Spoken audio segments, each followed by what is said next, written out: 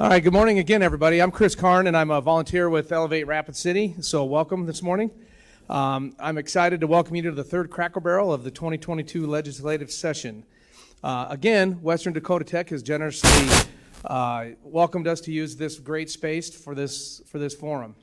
We have coordinated a live stream and remote question submission option for the Crackerbarrels this year. You can find a link on the live stream of the elevaterapidcity.com or on our Facebook page. And a reminder for the legislators, since we are live streaming, please speak directly into the microphone so our folks at home can clearly hear you. To set our guidelines for today's question and answer format, we ask in-person attendees to submit their questions written on the form provided, and there are volunteers throughout the room. Can volunteers please raise their hand? Anybody? Volunteers, raise your hand, taking cards. Back there? So they're around. You'll find them. If not, just drop it off over here. And once your question is submitted, just a reminder, you cannot ask questions from the audience. Your questions do have to be in written form. So again, call on our volunteers to pick up your card. I do want to thank Lynn Kendall, Linda Raby, Dean Orand, Chuck Henry, Garth Wadworth, and Andy Greenman for volunteering their time this morning as well. If you guys could raise your hands, thank you very much.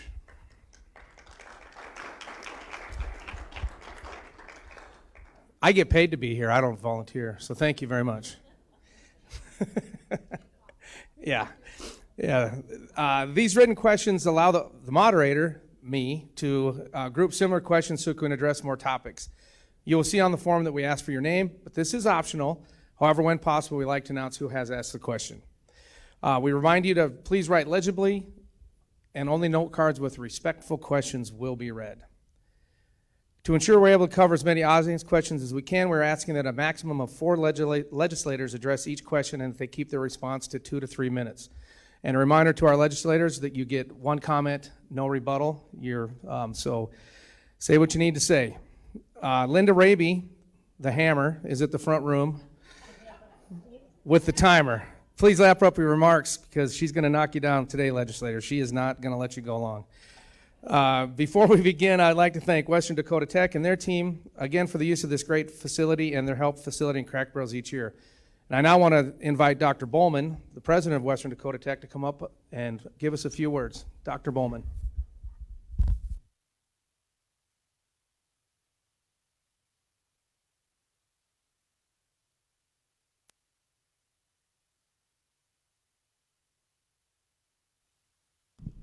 Okay. Good morning and welcome to Western Dakota Technical College. I am really excited that we have this fabulous space to host the Crackerbarrel meetings this year, and we're happy to have everybody here. I really appreciate the legislators for all of the work that they do. They are spending a lot of time. There are a lot of issues that everybody has different types of experiences and perspectives on, and I know they work very hard to do a good job of balancing out the different perspectives and making decisions to help South Dakotans have a great economy and a continuingly great lifestyle out here. So I think we should, especially since we're getting to the end of the session and people are starting to get pooped out, probably give them a round of applause and just kind of thank them for coming this morning.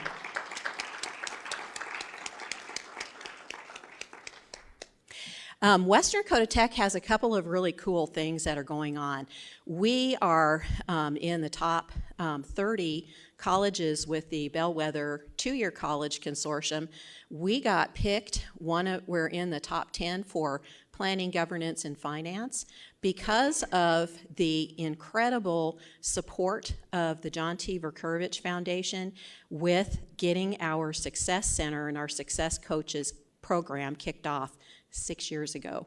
We have data that shows the incredible improvement in our students' graduation rate as well as retention and just overall success as a result of that center. And so we are competing to see if the work that we've done kind of is at the top.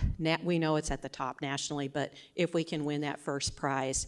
And so we've got our team down in San Antonio competing in that competition this weekend. So I just if you've got any good positive energy that you want to send their way for the good work that we do at WDT, that would be very much appreciated. I also want to recognize our Board of Trustees members. Western Dakota Tech separated from the Rapid City School District a couple of years ago, and we have our own board, and we've got 4 of our board members here with us today. We have our board chair, Mike Ressler. We have our vice chair, Kurt Pokart. We have new board member, Linda Raby, and Lynn Kendall here as well today. So I just want to recognize them for the work that they do in supporting Western Dakota Tech.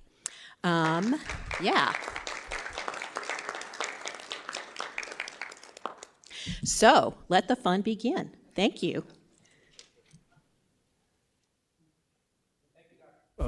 Thank you, Dr. Bolman.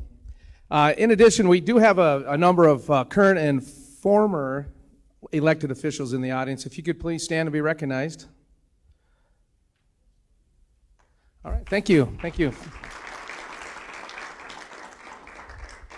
And of course, I, along with the Elevate staff, want to thank you, the audience, who support this event throughout with your attendance or your participation each year.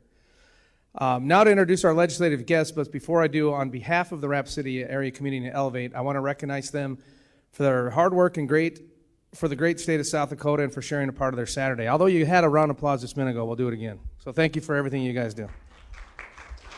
Dr. Bolman stole the thunder on that applause there. So I do want to send regrets on behalf of Senator Dave Johnson from District 33. As many of you know, he is on the Appropriations Committee, and as the session comes to a close, the work ramps up for the appropriator, so he is still in Pierre, and he will be in attendance in next week's Crackerbarrel. Also, as of note, Representative Tim Goodwin is not here today, as he is attending a event in Wall, which is part of his district, so he will be there, but I've never been at one of these without Tim Goodwin being here, so I'm sure he'll be here next week. So, to introduce our legislators for the day, from my far right, I believe it's the Representative Chris Johnson. Oh, hey, I didn't see you come in. How you doing? Representative Mike Derby, Senator Jessica Castleberry, Senator Mike Diedrich, Senator Helene Duhamel, and I'm drawing a blank. Representative Becky Drury.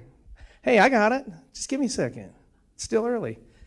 All right, so again, that's our panel for today. So, let me get back on track here. All right. Providing today's marks will be Representative Taffy Hauer, who she's not here. Is she here? Anybody want to step up? We just go with 3? Okay. I just got the chop mark. No. Good for you guys in the audience. There's only 3. Senator Mike Diedrich. Representative Jess Olson, who she's not here either, and Senator Jessica Castleberry. So, ladies first, Senator Castleberry, you'll have 5 minutes, and we'll go for there. Okay, perfect. Good morning. I'm Senator Jessica Castleberry. I represent District 35.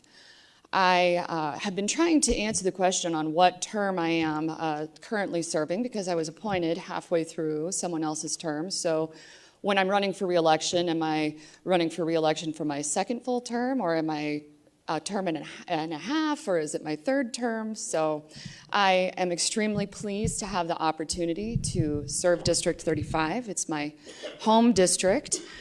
I'm the Vice Chair of Military and Veterans Affairs. I'm the Vice Chair of Transportation, and I also serve on taxation. So let's talk about taxation for a minute. Generally, that's a pretty easy committee to serve on, and most of what comes through, we just say no new taxes. But I think what we're facing in South Dakota right now that's extremely complicated. We have this influx of federal funding, and it's giving us the opportunity to make some long-term investments that will have impact for several decades into the future. But one of the places where we're missing the mark is looking at how we can improve our taxation system for our residents now.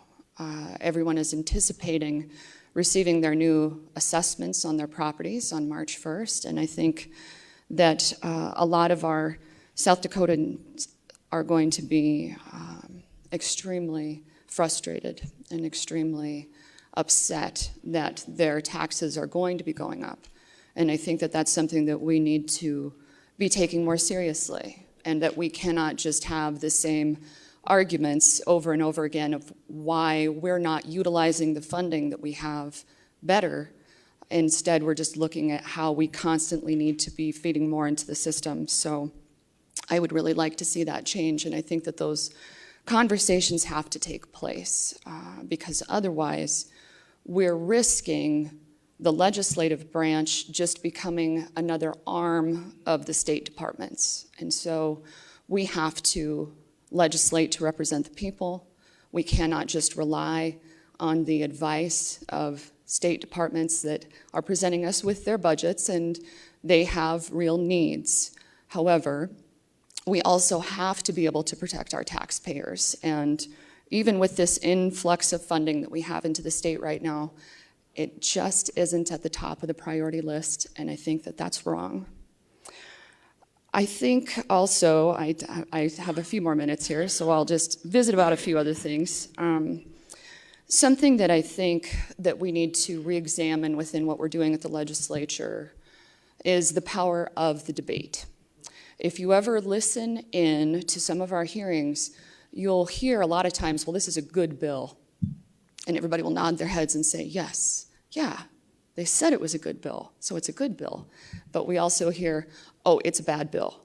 And we have legislators that go, oh, yeah, that is a bad bill. They said it was a bad bill.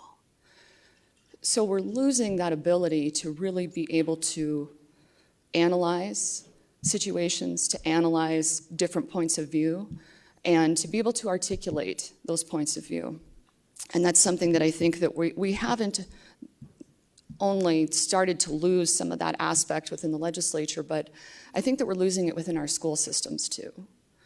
And so taking a look at the civics process within classrooms and really bringing back that focus on the ability to articulate, the ability to recognize someone else's point of view, and having that exercise with our students where it's not them being called into action without the education to back up what it actually means to live with a Constitution and with a Bill of Rights, and instead just being led by passion, that it has to be foundational for how our government actually works. And so that's something that I hope that we can consider starting in our homes, visiting with our kids, when we're visiting with our neighbors, when we're interacting with people online, that there's always two sides. And there are some things that I do feel are black and white, but there's a lot of gray. And we have to be able to talk to each other, and that's the only way that we're going to get any kind of actionable change. And it's the only way that we are going to be able to protect our country and what it was founded on. I think that we can all agree, taking a look at what is going on the national stage right now between Russia and the Ukraine, that communism is alive and well, and we have to protect it starting at the state level. Thank you.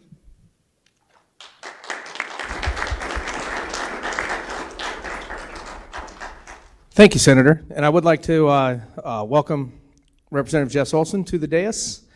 Better late than never. You got to do 2 laps after this. So next we'll have Senator Mike Diedrich.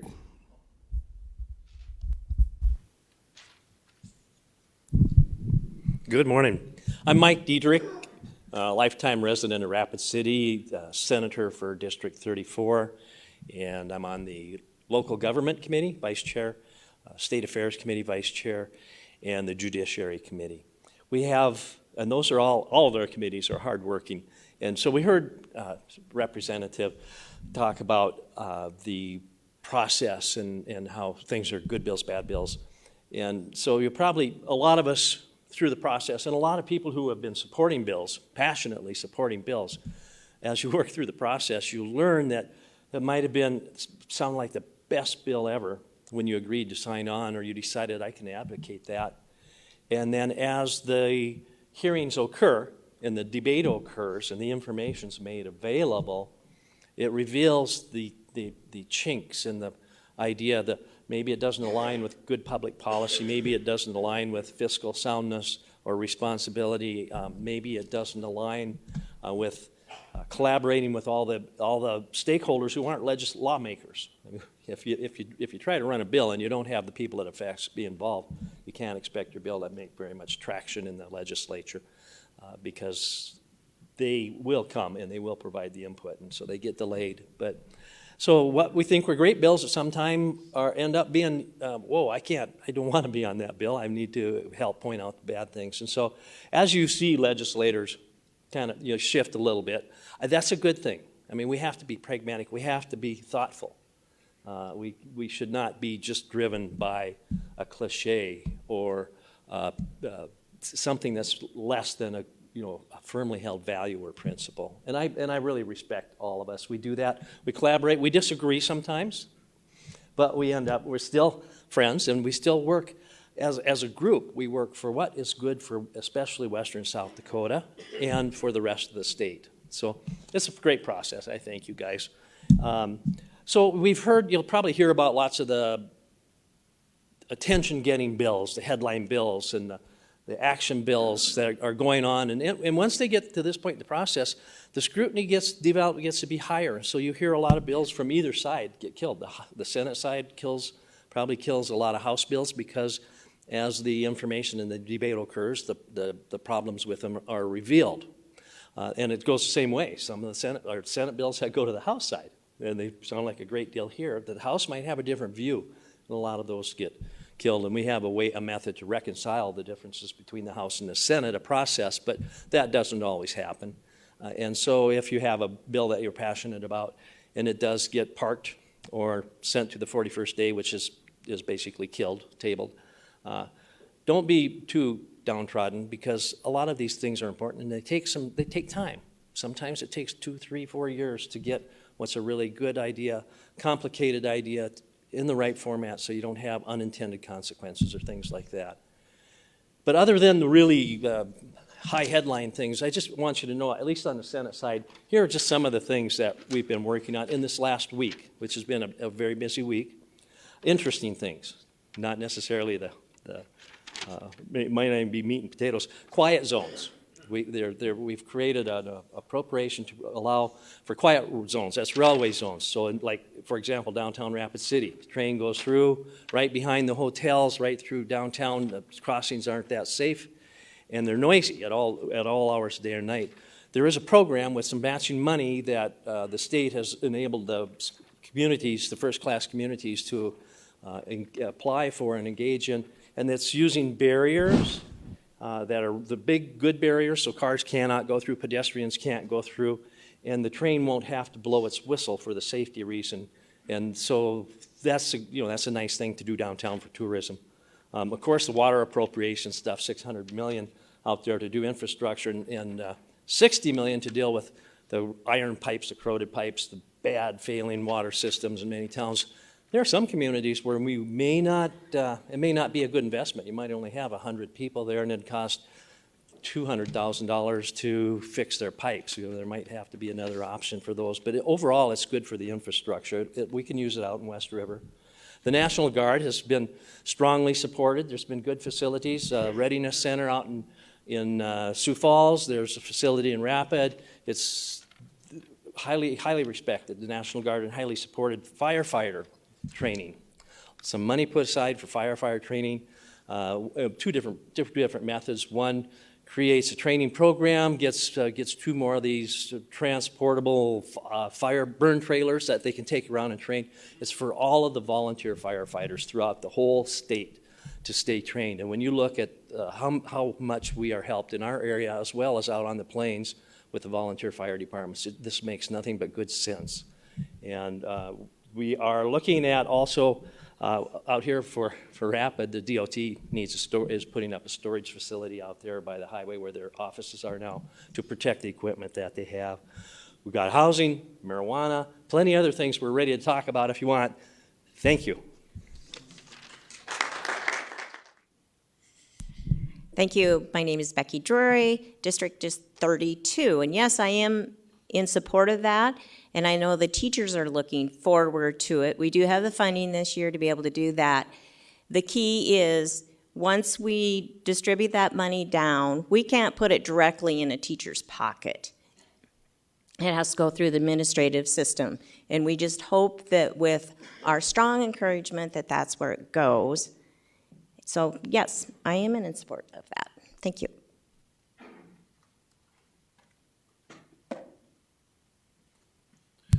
Mike Derby, Mike Derby, State Representative, District 34.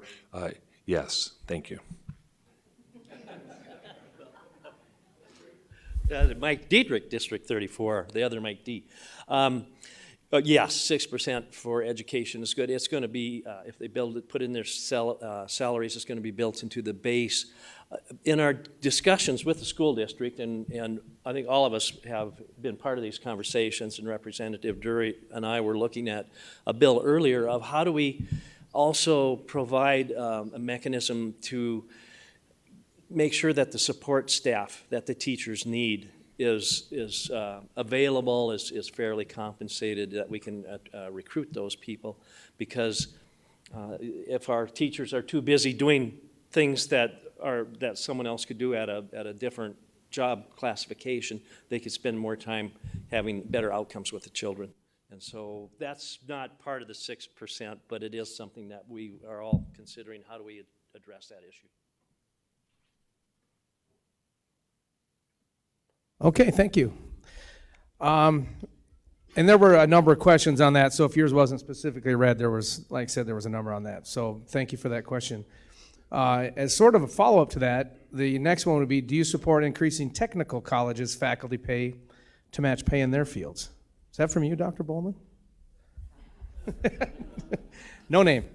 So again, anybody, nobody directed specifically.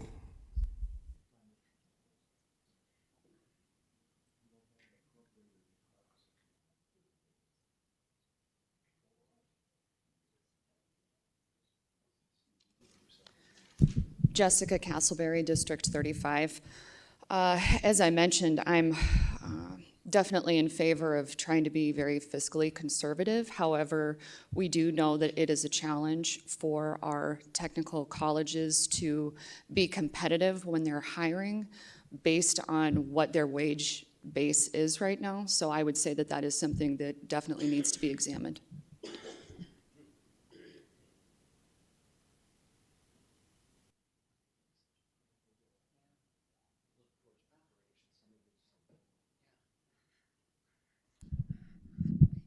Helene Duhamel, District 32 in Rapid City. Technical colleges play such a critical role in our state.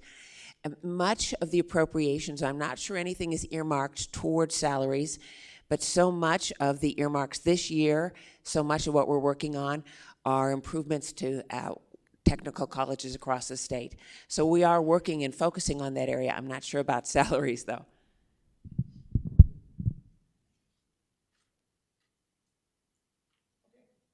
All right, thank you, everybody. Lynn, this next question is in regards to House Bill 1175.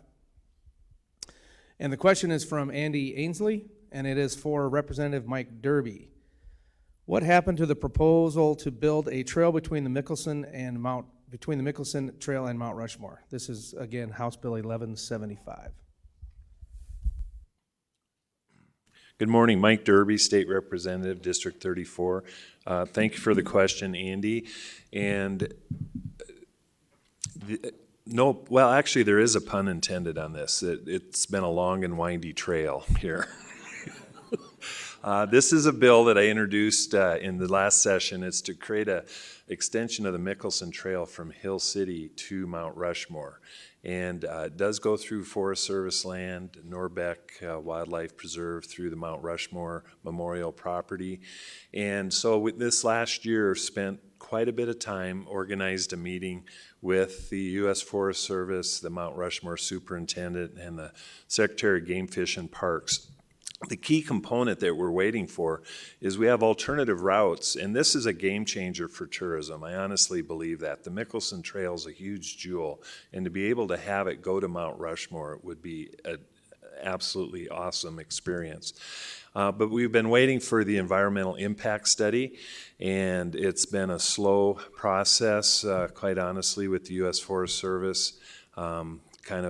Went dark for 4 or 5 months, and we've been pushing hard. Game Fish and Parks has over $1 million invested in this project already to get the EIS done. And so what we're at this point, I actually had to table my own bill in committee because the EIS was not ready, was not done. I was the most frustrated person in the room, and you never like to table your own bill. Just ask anybody up here. But we're negotiating with the U.S. Forest Service. It looks like we're going to take the project to what's called Big Pine, and so we're asking for finish the EIS to Big Pine, which gets us a majority of the way to Mount Rushmore. It's not a trail to nowhere. It connects with other trails throughout the Black Hills. And so we're in those final negotiations, and having a bill sometimes generates activity, dialogue. Governor Dugard once told me that deadlines drive achievement, and so having a bill on the table forced all the parties to get together. And so this is the second year I did it. As Senator Diedrich said, sometimes good ideas take 3 years. This will be one of them. Thank you.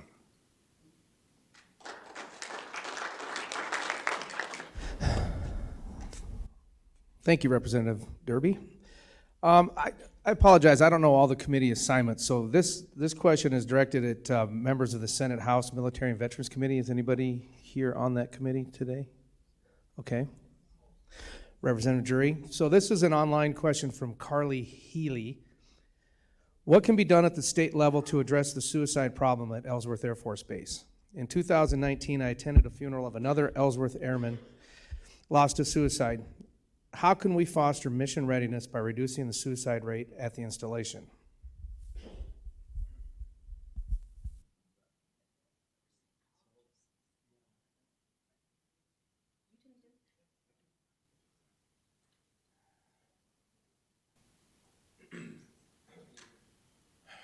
Morning, Representative Tony Randolph, District 35.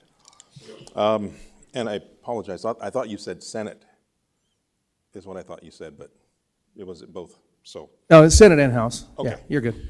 So I'm chair of House Military and Veterans Affairs Committee, which is an honor, by the way, an extreme honor. I love that committee. So there's only so much we can do as on the state level. But what we can do is we can make phone calls. We can begin to bring some awareness as members of that committee. And I, as the chair, that's the process of what I'm doing right now, because I have heard of the things that are going on, the suicide rates that are way out of control in our military. So my intention, my plans are to, and that's just me individually, are to speak with Senator Rounds, who is, and I don't remember the breakdown of the committees as far as military and veterans and how they lay that out, but he is on the Senate Military Committee. So I am going to be communicating with him and the other two delegates as well, making phone calls myself to try and bring awareness to this and just whatever other resources I can. So that's the short answer, if you will, but there is something in the works as far as that's concerned.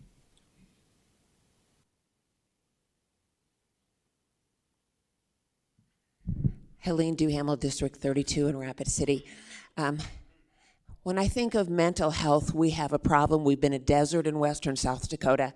So last year, if you'll recall, we out west here spearheaded an effort to get the first crisis stabilization unit. It's being built right behind the CARE campus. It will open yet this fall.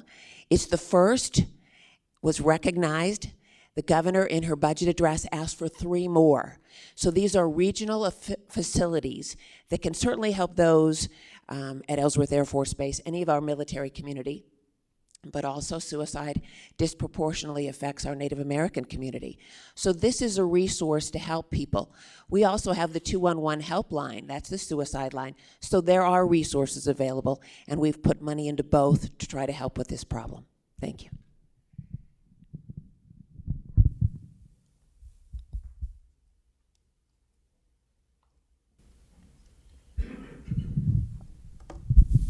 One other thing, Becky Drury, District 32. One other thing we tried to get through, but it failed on the House floor. Through appropriations, we tried to get some funding for psychologists to help with some of these mental health issues.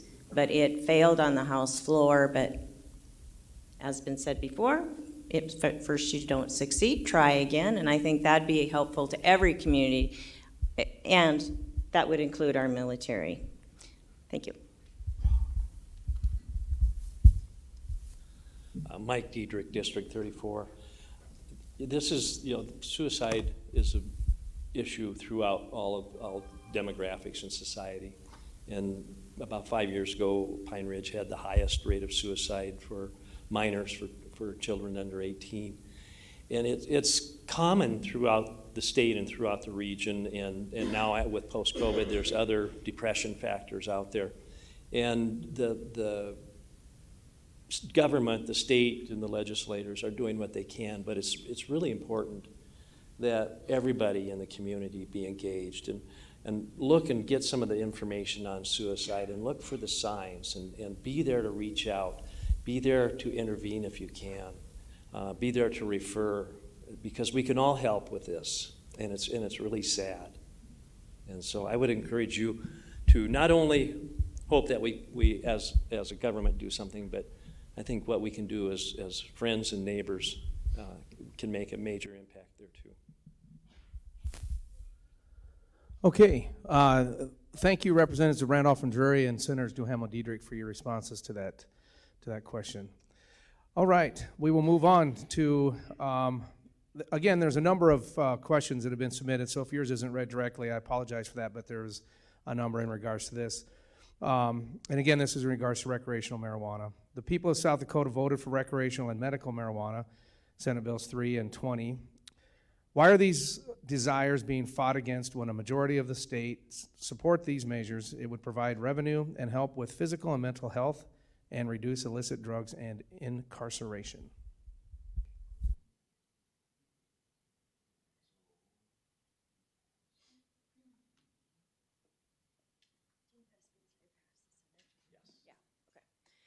Thank you for that question. We definitely have a lot of support for the Amendment A and medical marijuana when that went to the voters, especially out in this area. So I think many of us sitting up here have supported those measures as they've come through. Medical marijuana and that programming, we are working a lot on that legislation and passing that through. So you'll see that coming through. SB 3, which is a framework for legalizing recreational marijuana, did come through the Senate, so we will receive that on the House side. It'll first go to committee, and so you'll want to watch that process. And if you are, if this is an important topic to you, watch where that bill gets assigned which committee and email those committee members. That's an important part of that process. And then as a representative for the people here, and I hear a lot of support for those bills, I am in favor of them, and I think that we did hear the people and we need to move forward with that. We are meeting resistance though in the conversations, especially on the House side, that people didn't necessarily know that they were voting on, or it was too complicated, or those are some of the responses. So we try to counter those, but we are looking forward to seeing SB 3 on the House side. Thank you.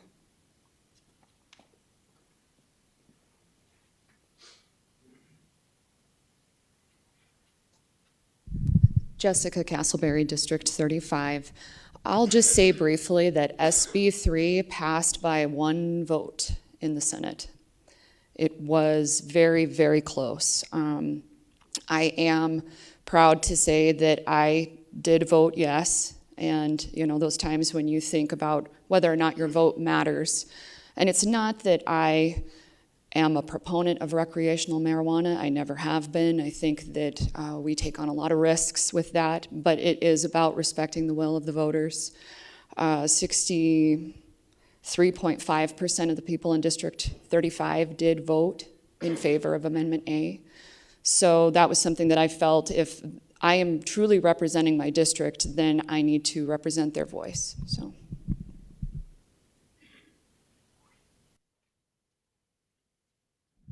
Helene Duhamel again. I was one of the votes against recreational marijuana. And let me explain. My kid has seizures, so I'm voting yes on A and 26. Hey, wait, for medical marijuana, all you needed was 26. That was the advertising campaign. 26 was still 95 sections. We worked on it all summer long. It is standing up. If you want medical marijuana, you can go see your doctor, you can get the medical card, you can do that. Back in 2018, we voted by 70% Amendment Z, single subject rule. So by bundling Amendment A with recreational, medical, and hemp, you had no opportunity to vote on just one thing. It sounds like we'll have another option to vote on recreational alone in November. Then we will know the true wishes of our citizens. So, medical is standing up. If everyone who needs marijuana is convinced it will help them, has access to it, we'll find out if the citizens want to take that next step. So that's the disagreement now. Do we do that preemptively, forward thinking, or do we wait? We did spend the summer. We drew up a pretty good plan. If we need to go that direction, we certainly can. It's called Senate Bill 3.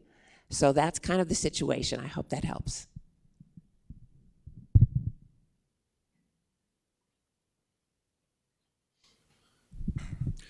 Mike Derby, State Representative, District 34. You've heard me before on my position. I look at a lot of these issues through the lens of a business person and a business owner. So I created some bills that would create a framework and a safety net if and when this is legalized or passed. This bill would go into effect, and I won't go into the mechanics of the bill, but it got it through committee and lost it on the House floor this week. SB 3, the bill we're talking about for adult use, is going to go in front of House State Affairs, and I believe Monday. It doesn't show it's been scheduled yet, but I believe it's Monday, and it's going to fail. Just saying. If you're supportive of it, you can reach out to the House State Affairs members, but it's not going to get out of the House State Affairs. And there's a companion bill to the bill I had in the House coming over from the Senate. That'll be in State Affairs at the same time, creating the framework with the trigger mechanism. And once again, I get to table my own bill. Sometimes you have to understand where the votes are, where things are headed, and so that bill will go down also. And so what will we be left with? No, I don't see the appetite in the House to now this is, no pun intended, to smoke out a marijuana bill, but that's what we do. It's called a smoke out, where people stand up and 1/3 of the body can stand up and bring it from the committee, even if it fails. That might happen. Maybe, but at the end of the day, I honestly don't see anything coming out, just the reality of the situation. Thanks.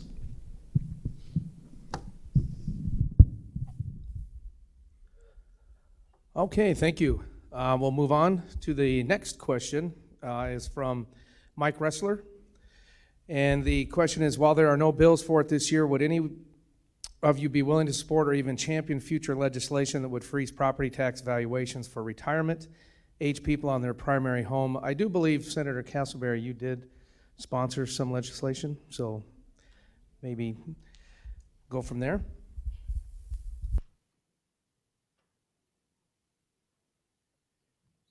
Thank you for the question, Jessica Castleberry, District 35. There is one bill that's making its way through, and I would have to review it again. It's House Bill 1001 that has to do with certain freezes for, I want to say that it's elderly and disabled. And then the bill that I was carrying that was put to death yesterday, I was carrying with Representative Chafee.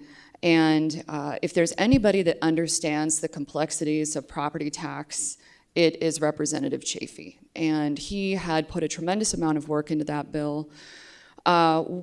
There is a little bit of appetite within the Senate Taxation Committee, and we have had this discussion, which we're coming down to the final 2 weeks, and so we're moving quickly. But we had a discussion yesterday about potentially hog housing one of the bills to create a tax assessment freeze on all properties for a year, just as we sort all of this out, as we're looking at this influx of people moving to the state, as we're looking at some of our properties being sold for exorbitantly outrageous amounts. We want to make sure that people are not taxed out of their homes. And so there's a potential that there might be something like that that's going to be further reaching and not just for elderly and disabled. There was another one that came through that was for paraplegics. So there's some select groups that are seeing some benefit, but I do think that there's that potential that we will take that into consideration for just property tax assessment freeze for everybody for 1 year, and then maybe create some other legislation to try to protect our taxpayers moving forward.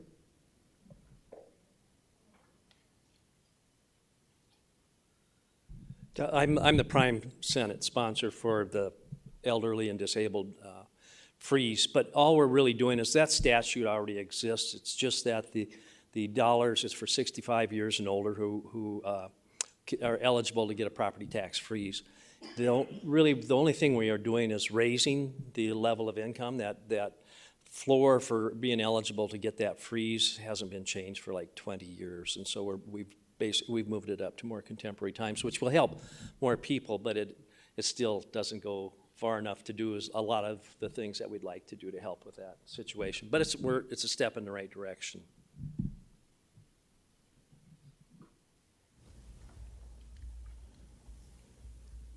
Becky Drury, District 32. Another one that came through Military Affairs was a partial freeze for spouses of military veterans. And again, these are very narrow opportunities for people to get that, but still it will help some of these. We also had one for paraplegics and one for spouses of military affairs. So there is an interest there to help people, and especially those that live in dire straits or are income limited. So there is that opportunity for us to reach out.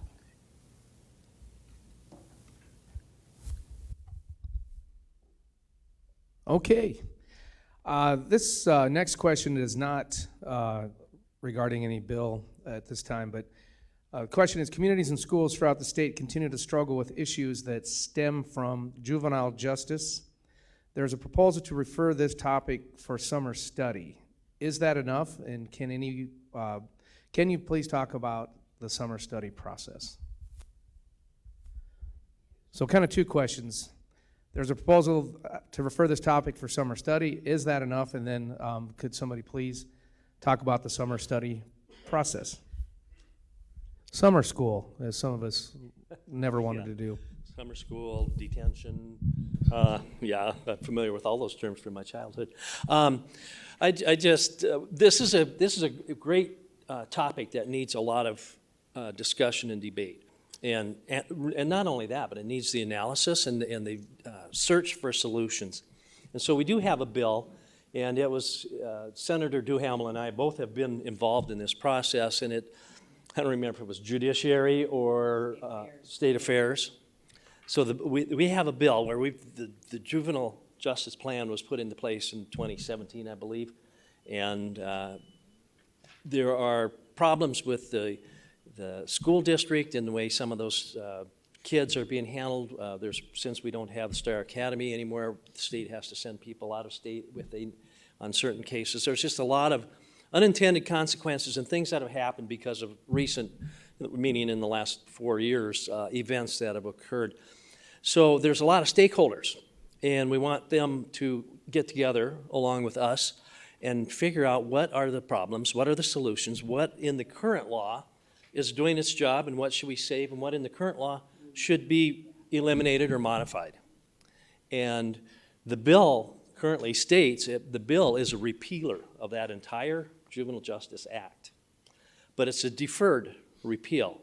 And so it says in the next year, the bill, and you guys, and I'd be happy for correction, but in the next year, stakeholders need to get together and come up with some solutions and say, this works, that doesn't, this we need, change that, and let it go through the process.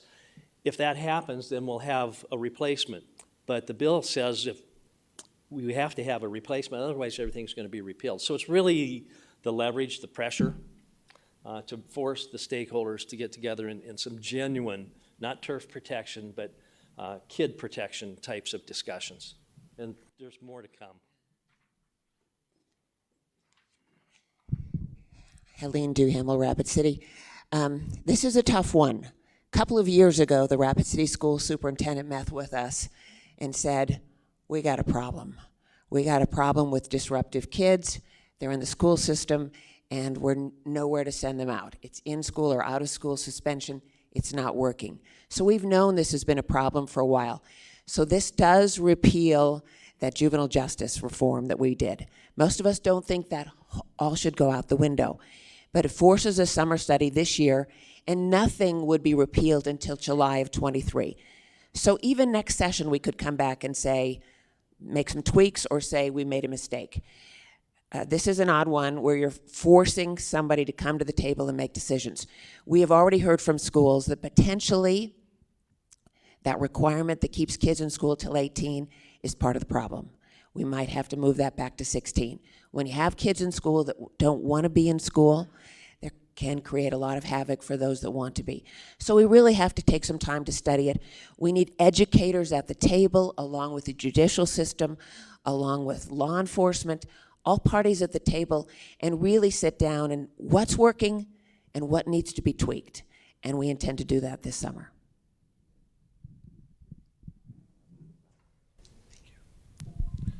Mike Derby, State Representative, District 34. The second part of the question was the process of a summer study, and I'm on the executive board. We call it the E-board, and it's basically like the board of directors of the legislature. We do take care of business outside of session, deal with topics, put together the budget for the Legislative Research Council, and one of our duties is summer studies to take a look at. So what we'll do is we'll survey, at some point in time, we'll survey both bodies, see what items come up. This year, property tax might be one of those.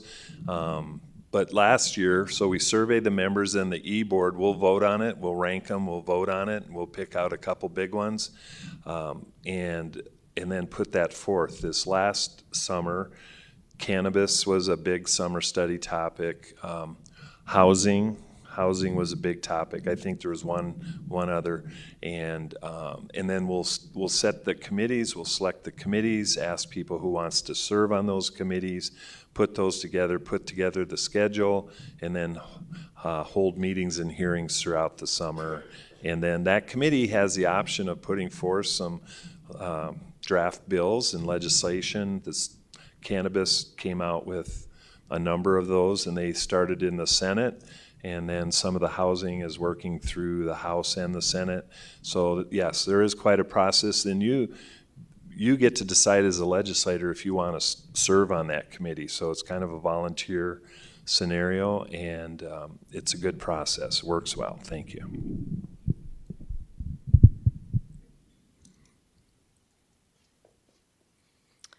Jess Olson, District 34. I have a slightly different perspective on this. So a couple of things about the process. If we want to talk about marijuana and not getting out over our skis and doing something a year in advance, that was one of the arguments to kill some of the legislation that we brought forward. This would be a similar argument that I would have opposing this bill. If you don't want to, why would we use legislation and leverage that as a means to have a summer study? We have a means to have a summer study. We know this is important. Let's do the summer study. When you force everyone to repeal an entire section of code that had a lot of work put into it by all of those key stakeholders, was it right? Not 100%. I took care of those kids. So if we want to talk about child protection and child care, I took care of those very kids we're talking about in residential facilities, addiction facilities. I dealt with all the bad problems that came out of that legislation. It was underfunded. They saved money on not putting kids in residential high-level detention facilities like Star Academy. They did not put that money back into communities. They cut court service officers. We know the problems. But if we sit and use legislation as leverage, what happens when we don't get all of it right again, which we won't? Instead of working on what it is and improving it, repealing all of it and starting over isn't going to solve this any better. The other part that you need to keep in mind as taxpayers, the reason we did juvenile justice reform, which has a lengthy history, there is a lot of research that went into this nationally. We don't need to reinvent the wheel here, but the reason we did that was because we were incarcerating more children in this state than any other state in the nation. And that costs you and me a lot of money. We were also incarcerating adults at a higher level than any other state. And what that was going to do, and what it is setting us up to do, is jail and imprison more people. So if you're a taxpayer that is for low taxes, these are the kinds of policies and bills you put in place so that you don't have to build another prison. So you get people in the community working, doing jobs that we all need because we have a workforce shortage issue. So I would highly encourage you to contact your House members and focus on the summer study, but eliminate the repeal. That's not the best practice for legislation. It's not what we should be doing. Thank you.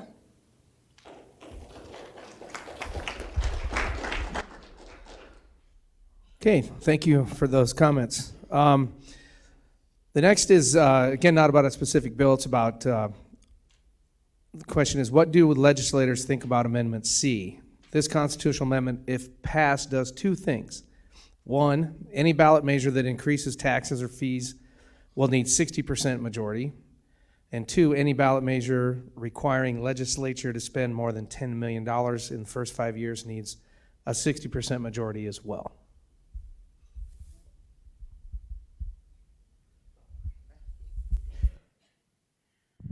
I am supportive. I think that it's too easy to buy elections in South Dakota. These out-of-state groups come in, and marijuana was one of those, outspent 5-1, and most of that was out-of-state money. And if they have that kind of influence in our state, it's really easy to buy a lot of television advertising and such. Let's raise the threshold to 60% to make sure that when it's going to cost us as citizens, that there's a higher bar. I think that Amendment C is a good idea.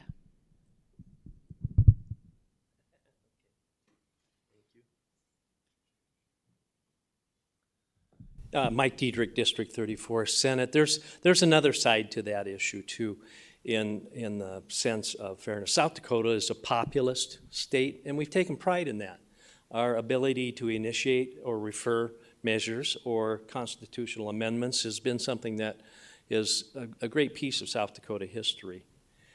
The resolution to require the 60% vote in the Senate last year originally put it in the general election, so that would go to a vote of the people this coming fall.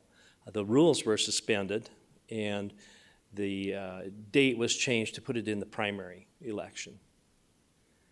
The difference between the number of voters in a general election and the number of voters in a primary election it's about 2-1, 3-1.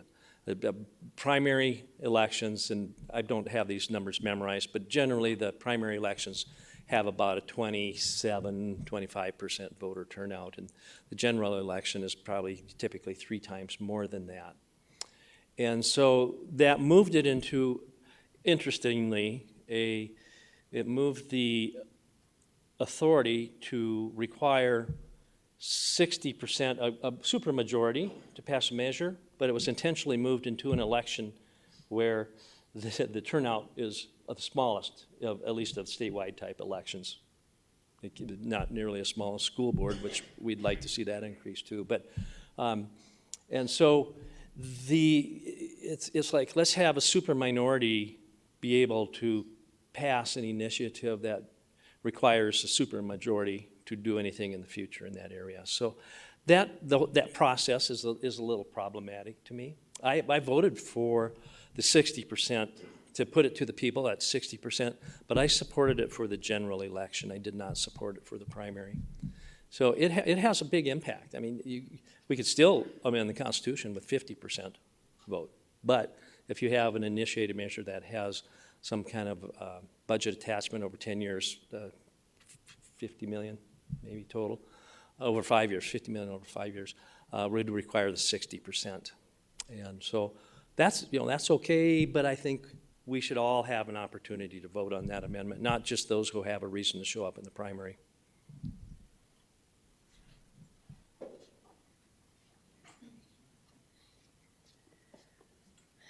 Jess Wilson, District 34. I have an opposing view on this, which is I believe it is a voter disenfranchisement initiative, and it was specifically in response to marijuana amendments and Medicaid expansion. A little history on this is even if you have a voter-initiated measure that changes the Constitution that doesn't meet these things, it can still be wrong, and it will still have a lot of outside influence. Marcy's Law was one such example. We had that come in. We had huge outside dollars pour into our state for that. Put that in our Constitution, and it did not work. So then we had to repeal it, and then they tried to repeal it, work on fixing it. So just because we're doing this on financial ones doesn't protect us from outside influences and bad ideas. So I think that I would not be in favor of this, and I would encourage you to oppose it as well.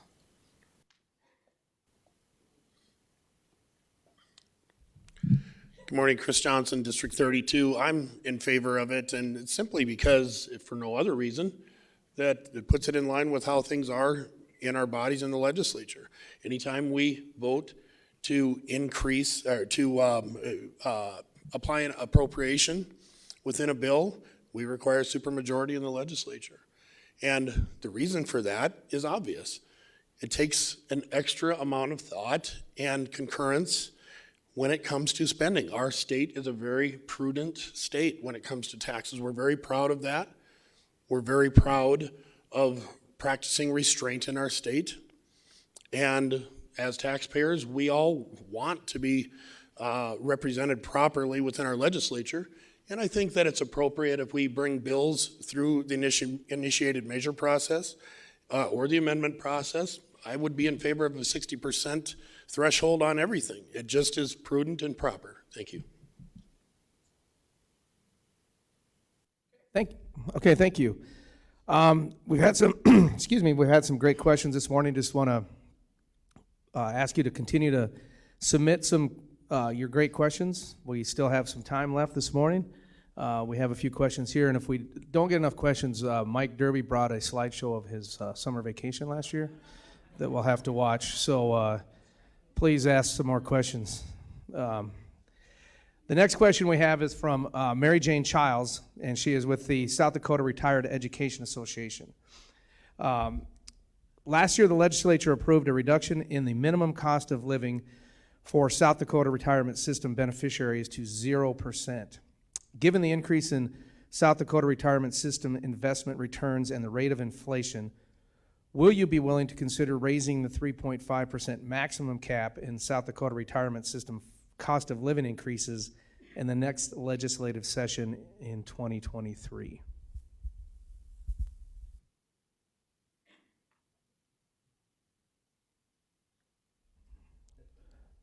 Representative Diedrich, you want me to, looks like you're getting up, you want me to restate that question again? No, I heard the question. I Okay. understand the question. I'm just reluctant to get up again. I apologize to everybody for talking too much. And I'm not on the Retirement Laws Committee. That's a whole separate committee. It doesn't meet on a regular basis, but it does meet several times during session and in the off time. And the question is what are you going to do for that? How are you going to address inflation in the retirement, in our state retirement, which our communities, our cities, other entities can participate in the state retirement system. And really what it points, that's got to be a pragmatic decision made at that whatever point in time that's determined to be proposed by the committee or as legislation, because it is related to the factors. I mean, look at the times we are in now. I just bought 20 gallons of gas and it was $75. That kind of surprised me. I'm going to have to quit mowing lawns in the summer. My overhead's getting too high, so in the neighborhood.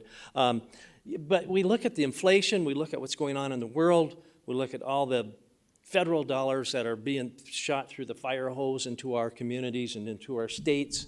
And how long is that going to be sustainable? What will the inflation rate be? Is it going to continue based on what's going on in Russia and Ukraine, the world economy?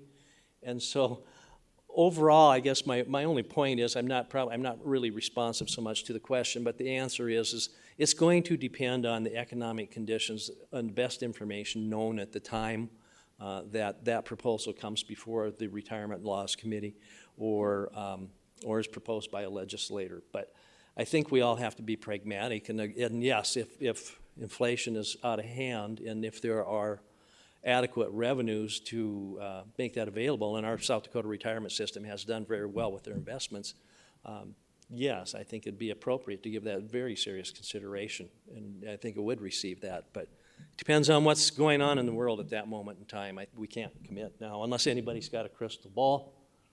Yeah, so that's kind of how that one particular ask would work.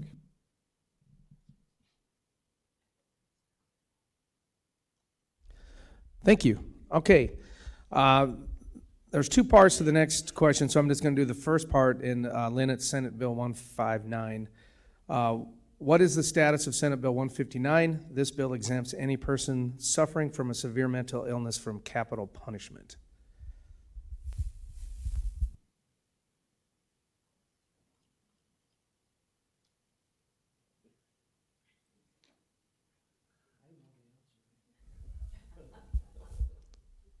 Okay, and then the follow-up to that is, how does the legislature and judiciary committee, handle bills that work alongside the judicial system?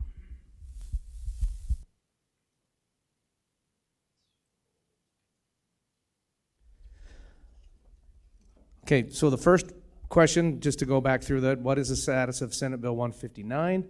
And the follow-up was, how does the legislature and judiciary committee handle bills that work alongside the judicial system? Oh, Mike Diedrich, District 34, you don't really need me, it says it right up there.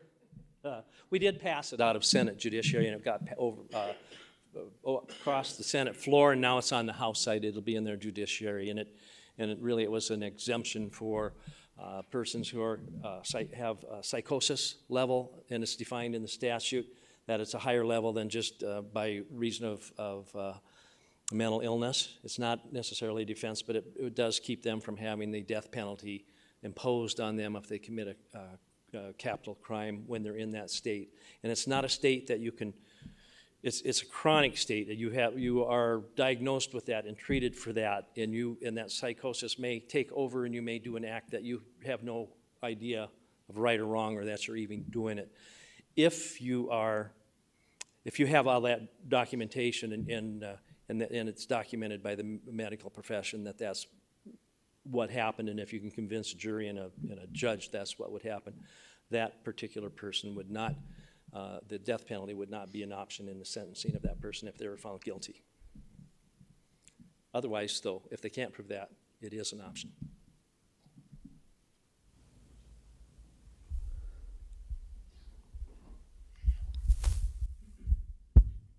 Helene Duhamel, I'm not sure that I can add a lot more, but again, the death penalty may not be imposed on any person who is severely mentally ill at the time of the commission of the offense, who manifested and medically documented prior to the commission of the offense, so they can't allege after the fact that they had the problem. Irresistible impulse called by the person severe mental illness, and it includes all these different really specific things with psychotic symptoms, but it excludes drug psychosis. So people on drugs can't allege that they didn't know what they were doing. So those were some of the precautions we went through.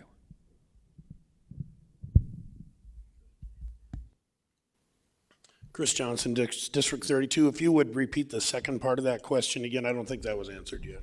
Certainly. How does the legislature and judiciary committee handle bills that work alongside the judicial system?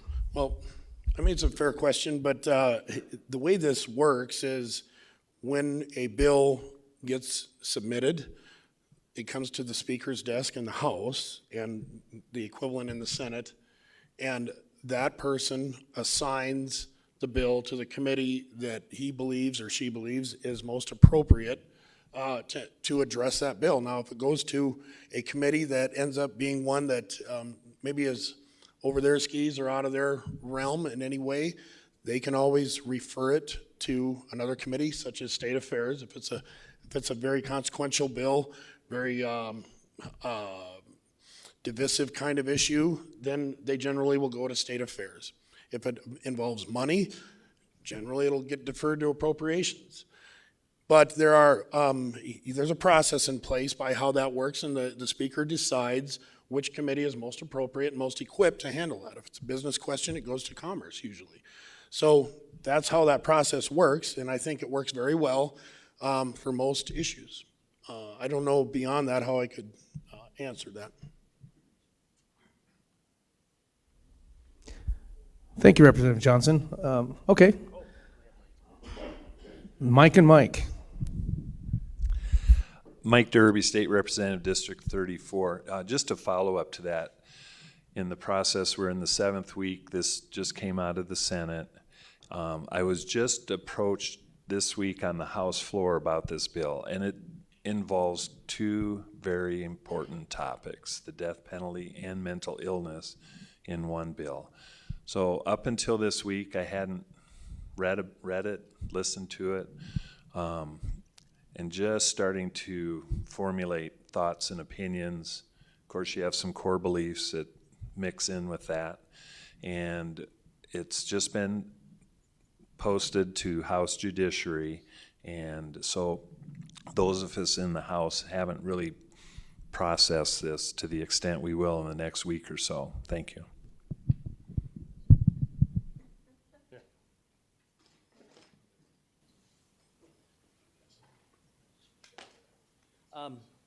Mike Diedrich, District 34. I think the question was, how does the Judiciary Committee, either one of them, work with the people who actually administer the correctional system and the Unified Judicial System? So the legislative part is the committee, and they sit and take the testimony and pass their judgment. We get bills, we research, we look at what laws they reference, you go look them up to make sure it's doing what they're supposed to do, not making major changes. But in these hearings, the stakeholders are like the Unified Judicial System. That's the Supreme Court that oversees all of the circuit courts that are in all the counties in South Dakota. And all of the court service workers, or is it the probation workers? The people that help administer the justice system on that side. So it's the judicial part.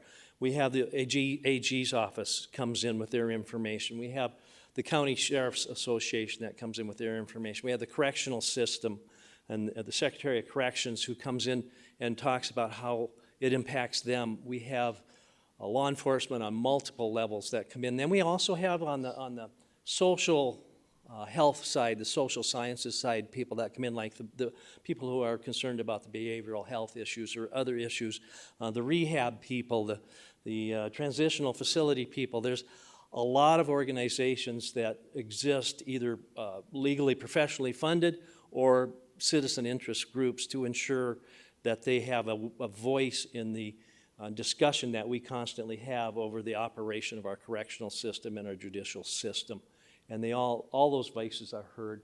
And most of those, if they're a state agency, have annual reports that they do, which has all the statistics in there as to what type of services they're providing, what the cost is, what it's like in the different regions, so we can determine, do we need to do a regional thing here?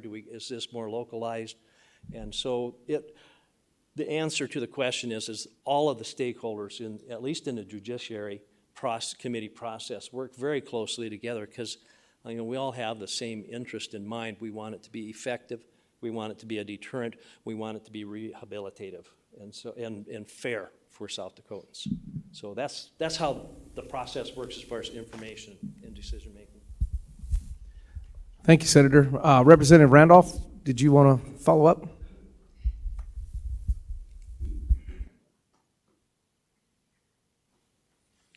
Well, not wanting to talk it to death, but a lot of good answers that covered a lot of the areas. What I was going to do is just give kind of a specific scenario and then kind of go into what some of the others said. Those other things are covered. Specific circumstance, Senator Castleberry and I have a bill that was in Senate Health and Human Services yesterday. The title of the bill is Prohibit Threats to Coerce an Abortion and provide a penalty. So in Senate, in the Senate Health and Human Services, it passed out of the House, both the committee and the floor. So it's in the Senate side now. Two parts to it. One has to do with the threat to coerce an abortion. The other has to do with the penalty. Members of the Committee on Health and Human Services determined that they weren't equipped to really deal with the penalty portion of it. So what they did was they made a recommendation, a due-pass recommendation, and referred it to Judiciary. So we will pitch this bill for the fourth time, I think, or fourth time, and in Senate Judiciary on Tuesday. Yeah, on Tuesday. So again, I don't need to really say any more about the rest because the process has been covered as to how it works and how they work. But I'll add this, just probably maybe simplify. In every committee, you have those that are interested, the interested parties, that come in and speak to the different issues. Some will come and present, like I'm on House Tax Committee. We'll have Department of Revenue that will come in and present or give us a presentation. We'll have different business organizations like Elevate Rapid City that will come in and speak to different issues. Same thing with the judiciary. It's kind of the same process. Okay, thank you everybody for the thorough covering of that topic. The next question is a two-parter, and it's Senate Bill 97. How will the legislature show their support for the future of South Dakota through our higher education institutions, research parks, and innovation and entrepreneurship programs? And the follow-up to that is, will you support the future research of School of Mines through Senate Bill 97?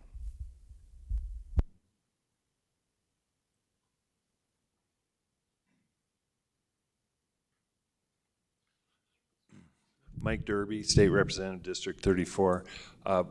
This year, the legislature has supported a number of initiatives for this topic.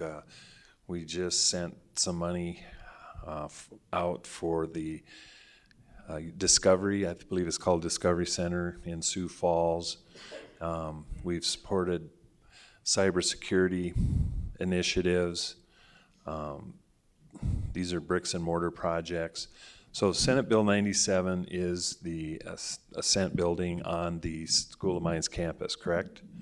And this makes sense for a lot of reasons. It's on the Board of Regents priority list, and that's a big deal. I keep emphasizing some of the projects that we've sent money out were not on the list, but you know how it goes in Pierre and how the things work. But the Board of Regents does have a priority list, and this project made it. It's a 40,000 square foot building on the School of Mines campus. It's currently used as a business incubator. The School of Mines needs the building for research and development. They need the space. They're currently leasing a part of the building now, and really leasing the entire building makes no economic sense when it can be purchased and utilized for R&D. Since this has come up, over a year ago, construction prices have breathtakingly increased. We all know that, right? The mineral industries building we funded last year, Dr. Rankin told me the plumbing bid that was expected to be $2 million for the building came in at $8 million, and they had one bidder. Okay? We're talking about buying a building that's existing on the campus at $150 to $160 a square foot. To build that building now is over $400 a square foot. So just economically, it makes sense, it's needed, and it's on the priority list. And I would hope you could all let the committee know that. Thank you.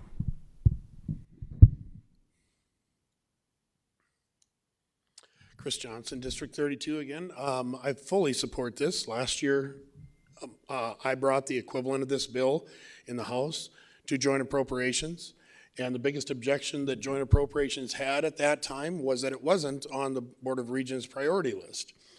Well, this year it is, and now people from appropriations are saying, well, why doesn't Elevate just donate that to the School of Mines? I think it doesn't make any sense. They're making money on it right now in rents. It had no incentive to do that. And then the question becomes, well, is it really our role to buy that building and convert it? Well, of course it is. We do it all over the state at all our Recreational System facilities every year. Now, the question becomes, if you want to talk about prudent use of money, that building is right on the campus. And as Representative Derby alluded to, why would we, let's be honest, the demand for research and development space at School of Mines is not going to go away just because this bill potentially fails. So with that said, why would we force them into a situation where they have to look for land, build a building at 4 times the cost that it would cost to buy this one that's on campus? It just is the smartest thing to do to buy this and address this situation. I hope we get our heads screwed on straight in the House and pass this.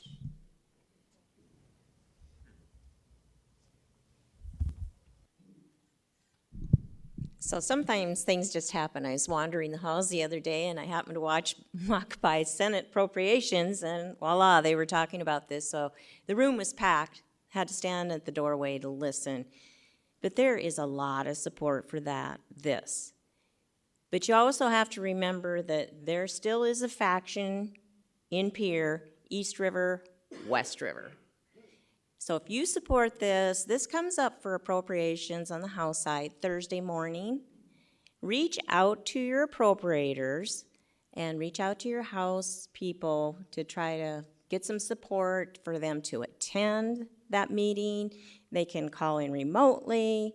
Sometimes all they have time for is just a me too. I support it. But I think we will need to have a firm stand that this is a good thing for the School of Mines and for the area.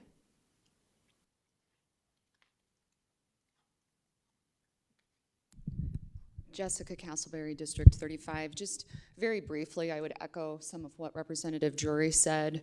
I think that some of our other universities in the state of South Dakota have been so successful in getting funding because their legislators have gone to Pierre with kind of a united effort. And so when we see the funding going into SDSU and we see the funding going to USD, historically we might say that the School of Mines has been a little underrepresented in their interests. I was happy to see Black Hills State University also put in a couple of requests this year, which seem pretty favorable so far, but it was interesting to listen to the appropriators looking at those requests from Black Hills State, which were like $700,000, and they're like, are they missing zeros on this? Because they're so used to all of these multi-million-dollar requests coming in from those other universities. So I think that if we can see the value with taking some of this funding, this particular bill, as far as I'm concerned, it's a cleanup issue. They have this building. It's way better business to go ahead and just pay for it. It's always better to own than to rent. And so while it's good that we're focusing on all these other large, impactful projects, this is housekeeping. This is just something that we need to do. Okay, thank you. On to the next question, and this is from our audience, Andy Ainsley. What is your view on the governor's proposal for another campground in Custer State Park? And please explain. It did die, but would still like to have what your view of the governor's proposal was.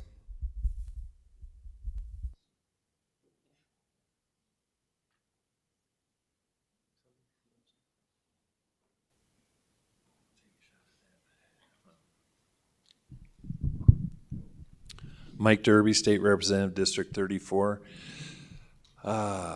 Boy, this one was quite a topic this year. GF&P has brought a couple controversial projects. The campground in Custer State Park, I looked at it from state government competing with private sector. I started out with that thought process, and I never had a chance to vote on it, so it was always just in the back of my mind. I support GFMP tremendously. I'm working with them on the Mickelson Trail project. You know, the shooting range is a big project that I am supportive, but just from the get-go, my initial thought process is state government should not be competing with private sector, and I'll just leave it at that. Thanks.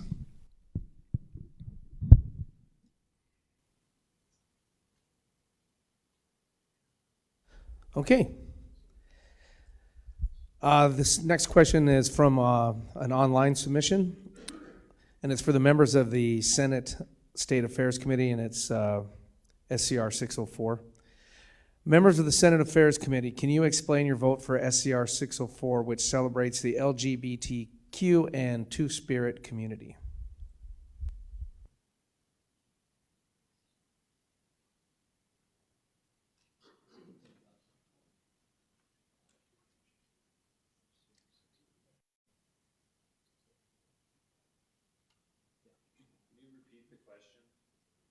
Certainly. Can you explain your vote, and it's for the Senate State Affairs Committee, can you explain your vote for SCR 604, which celebrates the LGBTQ and Two-Spirit community? Helene Duhamel, Rapid City. I'm not finding my notes, but in general, we don't want to make political statements. I mean, that's kind of where we landed. Was this necessary? Why are we doing that? And so, as I recall, that was kind of our position, that we just weren't going to make that position statement for a commemoration.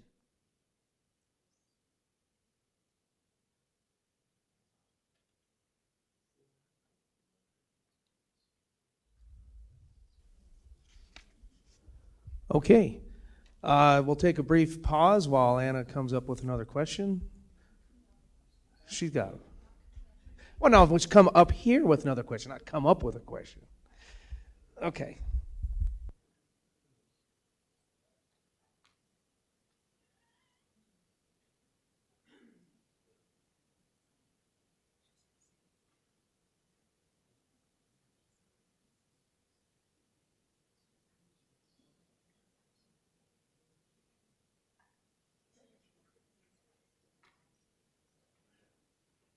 Okay, here we go. Break time's over. There was an abundance of extra one-time money in 2021 and 22. Do you support the large investments in infrastructure across the state through water and sewer projects and to support housing?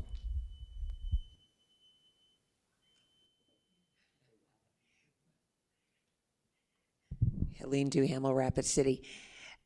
Rarely does a state like South Dakota get an opportunity like this. It's a federal fire hose, people have said it, but this is our opportunity to do the right thing for the state for the long term with impact for generations to come. And I think us using these federal dollars for water in particular, that commodity that we will fight over forever, such a need for the whole state, but in particular for our dry, arid, western South Dakota. I think this is an excellent use of our resources. Workforce housing, identified problem, knew we have to do something. And in particular, we're looking at the infrastructure under the ground so that we can build more affordable housing. And in Rapid City, the need is multifamily housing, not single-family housing. But I think that we are using this unique opportunity in a good way to do big things, broadband, workforce housing, water, things that I think you would do too if you had that opportunity to make big investments in our future.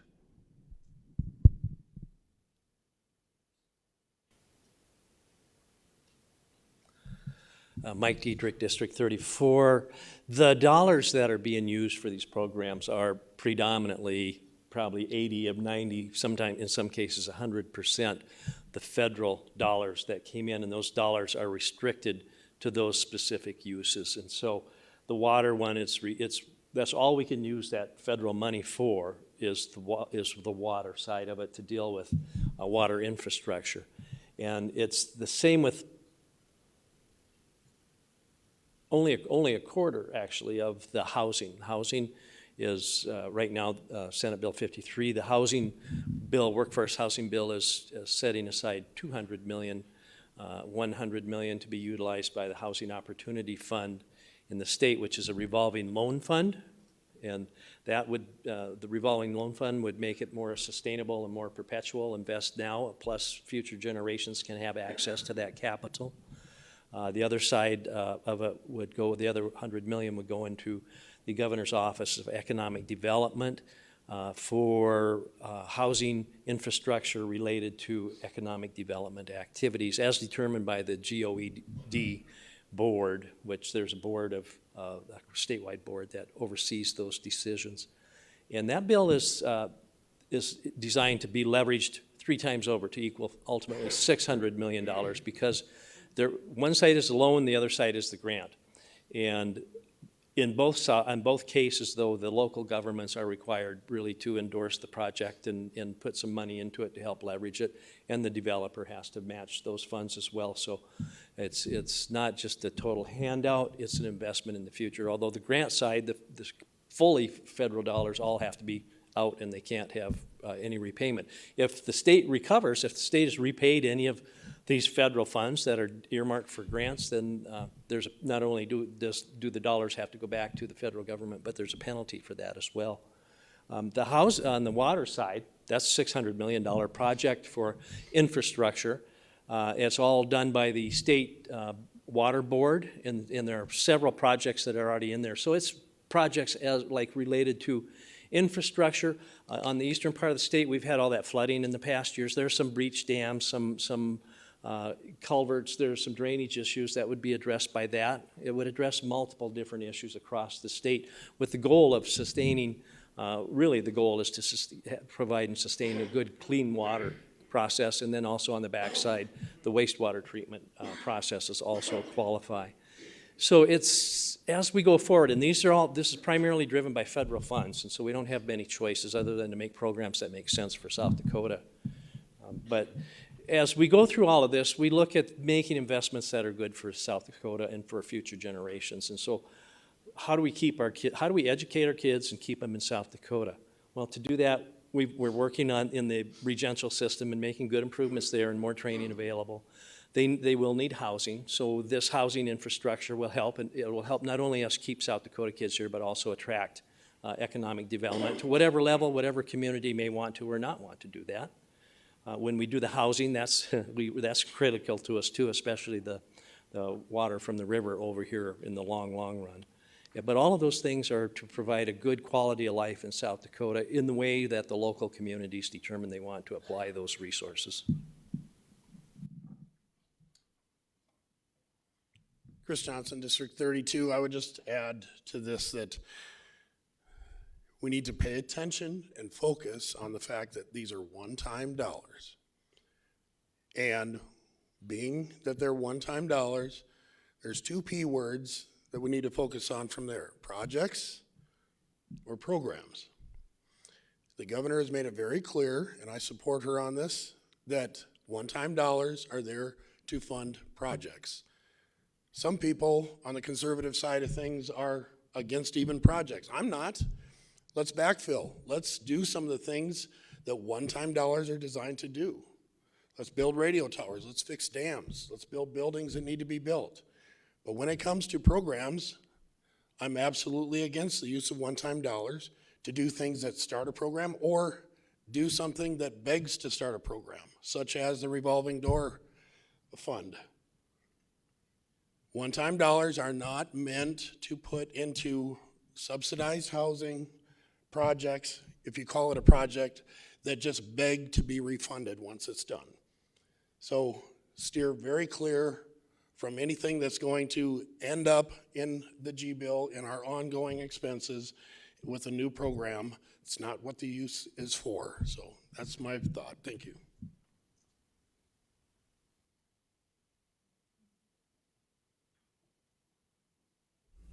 Okay. We do have a follow-up in regards to Amendment C that we discussed previously. And it is Amendment C intended to prevent the expansion of Medicaid through a constitutional amendment? And was there an effort by the Senate to get ahead of this issue?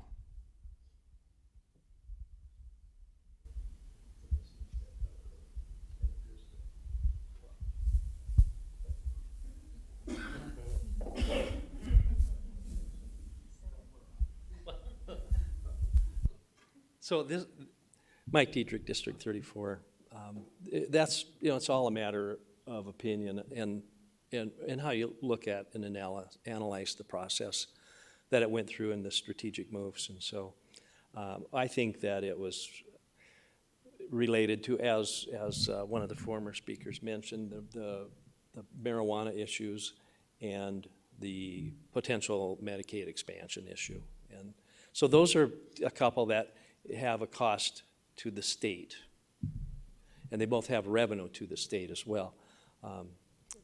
But those are the two things that probably instigated the desire to raise that threshold for an initiated measure that it requires a budget or an appropriation.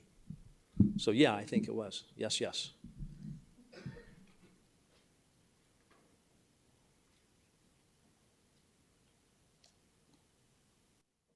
Oh, this always takes a minute to catch up. This next question is for Senator Duhamel. Can you explain the context and your support for Senate Bill 81, which revises the definition of sexual contact? Helene Duhamel, Rapid City. This is an interesting one for people in Rapid City. Local family contacted me. Their daughter was a member of the cross-country team, like a 7th grader running up on the high school team. And the coach was apparently taking these girls into his room individually on road trips and giving them massages before and after their meets. And the young girls, it was about 4 or 5 families here, found out that he was doing this with many different girls, and they demanded the school do something. They thought there would be a criminal charge, and there wasn't, because the definition of sexual contact. So we're adding 3 words, buttocks and inner thigh, to the definition, so that what was happening in this case, which made these little girls feel uncomfortable, and potentially this coach was going just up to the line. He knew what the definition was. But so now moving forward, this man could not be charged criminally, and he wanted to simply resign, but then he could teach and coach in another community. So he eventually lost his license. This sailed through the Senate Judiciary unanimously. It went through the Senate floor unanimously. On Tuesday, it's in House Judiciary, and these families and these young girls are again going to testify about what happened and why this law needs to be changed. So this is an example of a constituent bill that came to us and said, hey, we got a problem. We went to interns in the summer and had them research neighboring states and realized that many other states had made this change in definition, and they did not have any unintended consequences. And we realized that this is probably a really good thing to make a change. And it specifically it talks to a situation that happened in Rapid City Central, and the cross-country coach.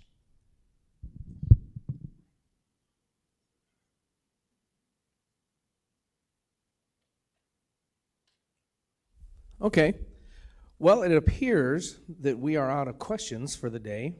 So it's kind of like getting 20 more minutes of your day if you would have stayed here until 11.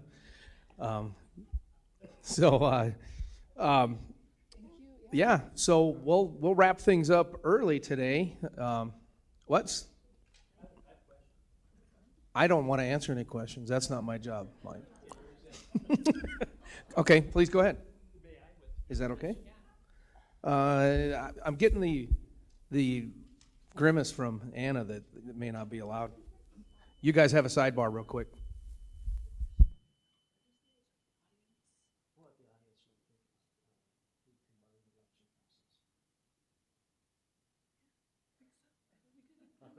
Okay, by a raise of hands, do you want to hear more from Senator Diedrich? What was that question? To a vote of the people. So Mike Diedrich, District 34, nice to have a chance to speak with you. I'm just curious. So a bill's coming up, and we're going to hear it on the Senate floor. And it has to do, and I just, if anybody is interested in indicating what they think about it. When you look at our elections in the school boards, in the municipalities, in in the legislature, you see different levels of voter turnout. And so there's a bill that was proposed in local government that got out of committee, and it will be on our floor tomorrow.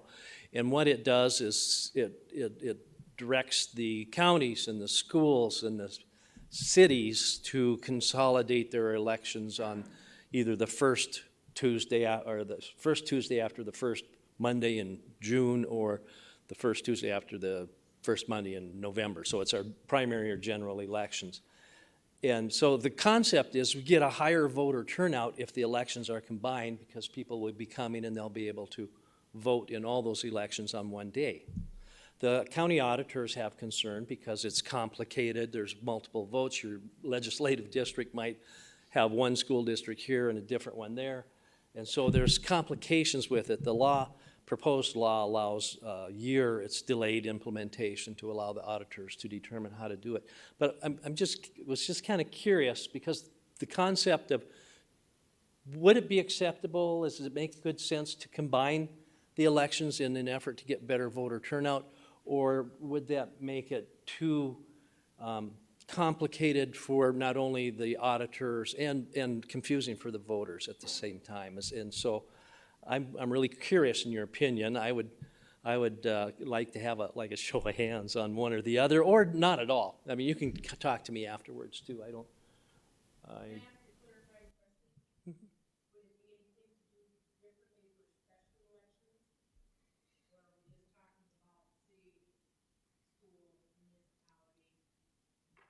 I think it includes special elections. I'd have to read the bill again to tell you it's like 1,300, but I'd have to look at it to give you an answer you could depend on. I would hate to give you one that's not correct. So Well, let's do this. If you have any questions in regards to this, if you want to speak to your legislator afterwards directly, let's do that so that we stick with the proper format of this of this process. So, yeah. Does anybody else want to ask a question of the audience? Or we allowed Senator Diedrich to do that, so if anybody else wants to do that? And if not, we have the question. We do have one question. So we have to let them, if anyone else. All right. Anybody else want to speak, since we allowed Senator Diedrich? Going once, going twice? Okay. All right. One last question. Maybe. Representative Dirty, if we stay, will you still show us your vacation slides? Actually, we have a real question coming up from the back. So, oh man, I love it. So, okay, this will be the last question, and this has been good. This was an online question.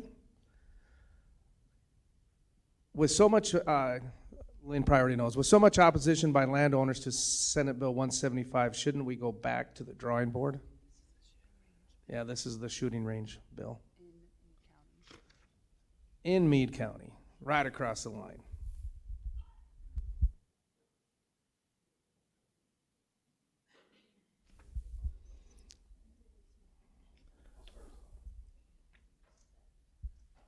So, Representative Tony Randolph, District 35. So I had a conversation with a fellow yesterday from Meade County. And let me say first off, the majority of the emails that I've been getting have been people telling me, vote no on this, vote no. I've had a few that say vote yes, but the majority of them have been no. The fellow I talked to yesterday said, I've been working on this for 14 years. He's not a part of any committee or any organization, but he's an active shooter. So he loves to shoot, and he's been doing this for a long, long time. And his belief is that this would be great for the economy of the area, the economy of the state, for training concerning, because he said there are those who want to come from out of state that would be willing to come to this facility and train and things of that nature. Then you have the people in the area, the landowners that don't want this.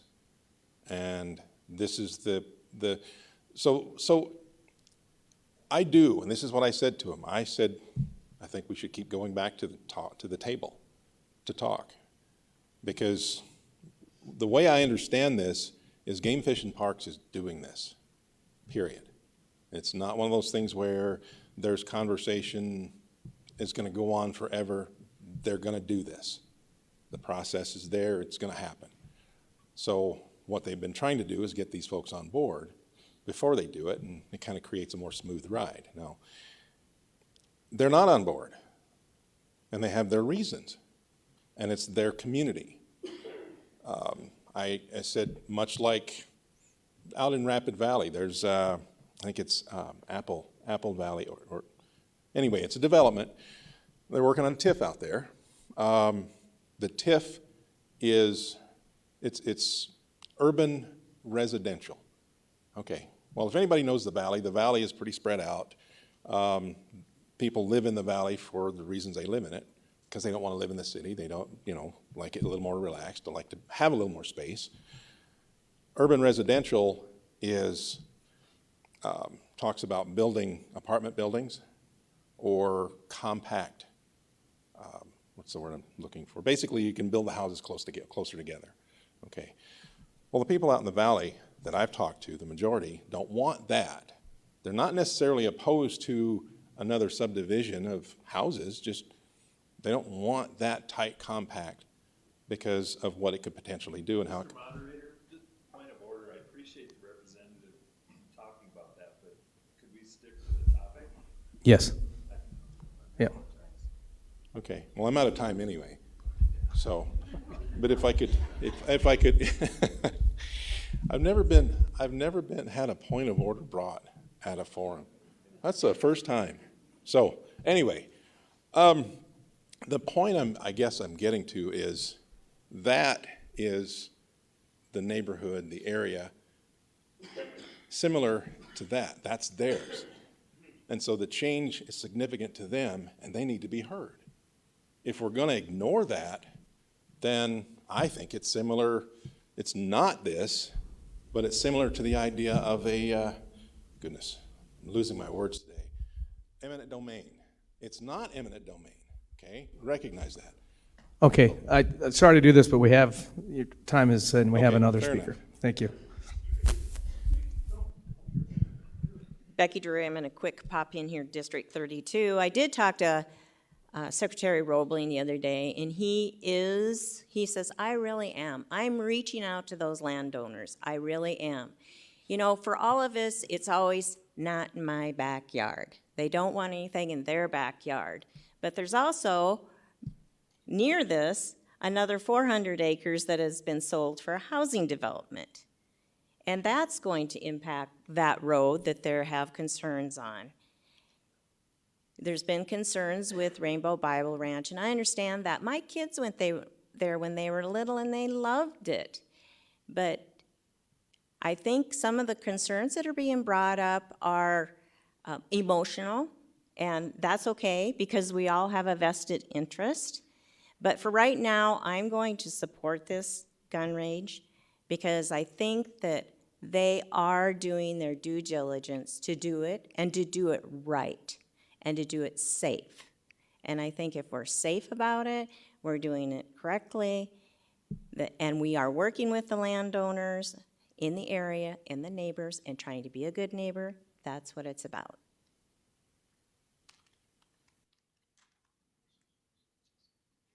Okay, well, that's all we have for today. So I do want to thank everybody in the audience for coming and being a part of the legislative process. I want to thank all the legislators for being here. And I do want to thank Dr. Bolman and Western Dakota Tech again for opening this facility to us. The last Cracker Barrel is next week, same time, same place, so we'll see you then. Have a great weekend.